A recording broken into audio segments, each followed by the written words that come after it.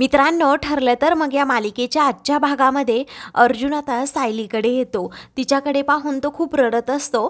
तर सायलीला त्या गोष्टीचं खूप आश्चर्य वाटतं. ती त्याच्याकडे आता पाहतच राहते. अर्जुन तिच्याजवळ बसतो, तिचा हात हातात घेतो आणि घट्ट पकडतो. तो तिच्या डोक्यावरून हात फिरवतो. तर सायलीला जरा वेगळंच फील होतो की अर्जुन माझी किती काळजी करतोय. तेव्हा आता अर्जुन खूप रडत असतो. ते पाहून सायलीलाच वाईट वाटतं. ती म्हणते, सर आता तुम्ही तुमचे डोळे पुसा. तेव्हा अर्जुन आता आपले डोळे पुसतो आणि सायलीला विचारतो, तुम्ही बऱ्या आहात ना आता? त्यावरती सायली हो असं म्हणते. तुम्हाला काही हवंय का असंही तो विचारतो. मी तुमच्यासाठी लगेच घेऊन येतो. सायली म्हणते, मला काहीही नको आहे. ती म्हणते की आता मी बरी आहे. त्यावरती अर्जुन म्हणतो, तुम्हाला काय वाटणार आहे हो? बाहेर इकडे काय काय झालं तुम्हाला माहिती आहे का? त्यावरती सायली विचारते, काय? तर अर्जुन म्हणतो, मम्माचे बाहेर रडून रडून डोळे सुजले आहेत. अश्विन हा सारखी तुमच्यासाठी धावपळ करतोय. कुसुम ताईंचं तर विचारूच नका. त्यांनी सर्व दोष नेहमीप्रमाणे मलाच दिला की तुमच्यामुळेच ही सायलीची माझ्या अवस्था झाली. आणि माझं तर विचारूच नका. त्यावरती सायली विचारते, तुमचं काय? तेव्हा अर्जुन म्हणतो, मी तर बाप्पासमोरच हात जोडून उभा होतो आणि मला एवढंच हवं होतं की तुम्ही लवकरात लवकर बऱ्या व्हा. त्यामुळे मी देवासमोर हात जोडून होतो. तुम्ही लवकरात लवकर आता घरी चला. मी तुमच्याशी एवढं भांडेन ना की तुम्ही रडतच राहणार. असं म्हणून आता तो खूपच रडू लागतो. तर सायलीला वाईट वाटतं. तर सायली आता त्याच्याकडे पाहत म्हणते, सर तुम्ही आत्तासुद्धा माझ्याशी भांडतच आहात. तेव्हा अर्जुन डोळे पुसतो आणि म्हणतो, सायली माझ्यासाठी जग थांबलं होतं. कारण डॉक्टर म्हणाले होते की तुमची कंडिशन खूप क्रिटिकल झाली आहे आणि मला पुढचं ऐकू येणंच बंद झालं. तेव्हा आता पूर्णाजी जे म्हणतायत ना, मन चित्ती ते वैरीना चित्ती असं अर्जुन म्हणतो. आणि मग तिला म्हणतो, मला खरंच खूप टेन्शन आलं होतं. खरंच जर तुम्हाला काही झालं असतं तर मी कसं जगलो असतो. असं म्हणून तो तिच्यावरचं असणारं प्रेम व्यक्त करतो. तेव्हा सायली आता गडबडते आणि म्हणते, काय म्हणालात तुम्ही सर? तेव्हा अर्जुन आता गडबडतो आणि म्हणतो, अहो मी जगाला काय उत्तर दिलं असतं? मग तुमच्या मधुभाऊंना मी काय सांगितलं असतं? त्याचबरोबर तुमच्या त्या टेरर कुसुमताई तर माझा जीवच घेतला असता. तेव्हा सायली म्हणते, मी ठीक आहे आता सर. आणि कुसुमताईला देखील मी सांगते की तुझ्या चिडक्या बिब्याचा जीव घेऊ नकोस. तेव्हा आता अर्जुन हसतो आणि हसतच डोळे पुसतो. त्याला आता खूप आनंद झालेला असतो कारण सायली पूर्णपणे आता बरी झालेली असते. दुसरीकडे नागराज म्हणतो, घरातील सर्वजण आता डॉक्टरांबरोबर बोलतायत म्हटल्यावर नक्कीच सायली गचकली असणार. आता रडण्याची ॲक्टिंग मला करायलाच हवी. असं म्हणून तो कल्पनाला विचारतो, काय झालं? तर सुमन म्हणते, आम्ही अगदी वेळेवर आलो. तेव्हा आता नागराज सारखाच विचारू लागतो, काय झालंय वहिनी? मी अगदी मन घट्ट केलंय. तुम्ही जे सांगाल ना ते ऐकण्याची तयारी मी ठेवली आहे. हा कल्पना म्हणते, तुम्ही कशासाठी मन घट्ट करताय भाऊजी? अहो आनंदाची बातमी आहे. कारण की सायली आता शुद्धीवर आली आहे आणि तिच्यावरचा धोका देखील टळला आहे. आता हे ऐकताच नागराजच्या डोक्यात मुंग्या येतात. तर प्रियाचा जळफळाट होऊ लागतो.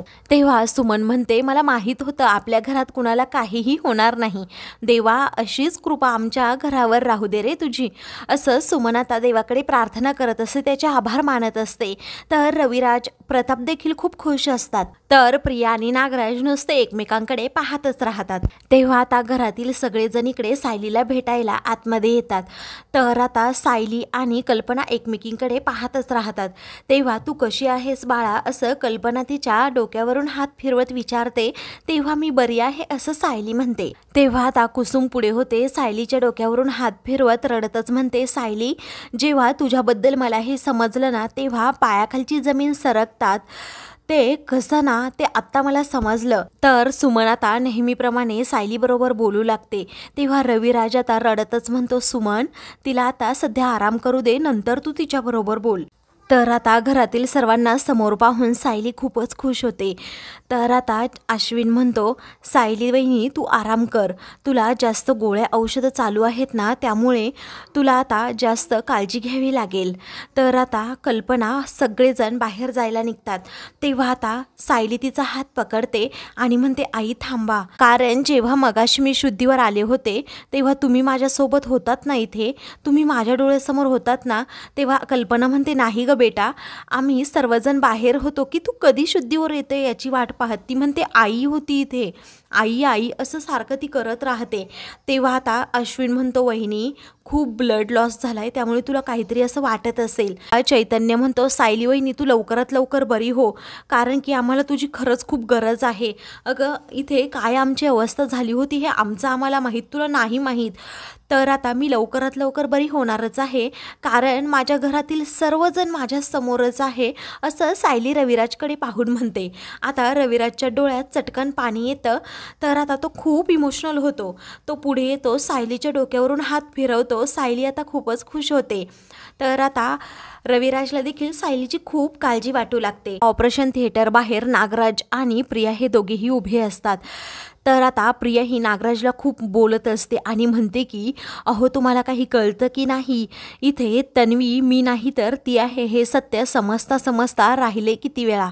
आणि त्याचबरोबर तुम्ही हल्ला केला तर केला, त्या सायलीवर अर्धवटच हल्ला केला, एकतर तिला मारून तरी टाकायची. सायली आता शुद्धीवर आलीये, तिने जर हल्लेखोराला ओळखलं तर खूप मोठा प्रॉब्लेम होऊ शकतो. आपल्यापर्यंत त्या अर्जुनला पोहोचायला अजिबात वेळ लागणार नाही. आपण पाणी मागेपर्यंत सुद्धा तो आपल्याला जिवंत ठेवणार नाही. तर आता हे सगळं त्या मूर्ख महिपतमुळे झालं आहे असं चवताळूनच नागराज म्हणतो.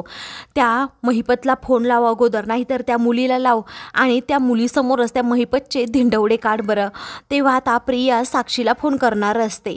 तर दुसरीकडे साक्षी ही महिपतला म्हणते अण्णा तुमचा एकही प्लॅन अजून वर्क झाला नाही असं मला वाटतंय, आणि त्यांचा फोनसुद्धा अजून आला नाही की ती सायली मेली आहे. हा अण्णा म्हणतात शुभ बोलणाऱ्या नाहीतर मांडवाला आग लागेल. तेवढ्यातच आता प्रियाचा फोन येतो. तेव्हा प्रिया आता फोनवर लगेच साक्षीला सांगते की सायली ती खडखडीत बरी झाली आहे.